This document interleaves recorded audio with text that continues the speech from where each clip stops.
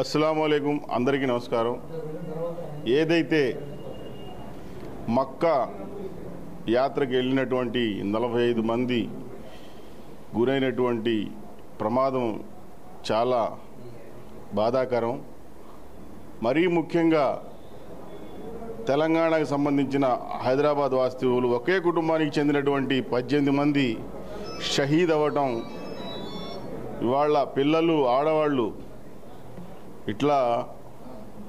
ఇలాంటి దుర్ఘటనలు పునరావృతం కాకుండా జాగ్రత్తలు తీసుకోవాల్సినటువంటి పరిస్థితి ప్రభుత్వాలపై ఉంది. అయితే భారత ప్రభుత్వం కావచ్చు, సౌదీ ప్రభుత్వం కావచ్చు, ఏదైతే షహీద్ అయినటువంటి ప్రతి ఒక్కరికి వారి యొక్క కుటుంబాలకి అండగా నిలబడి, మరోపక్క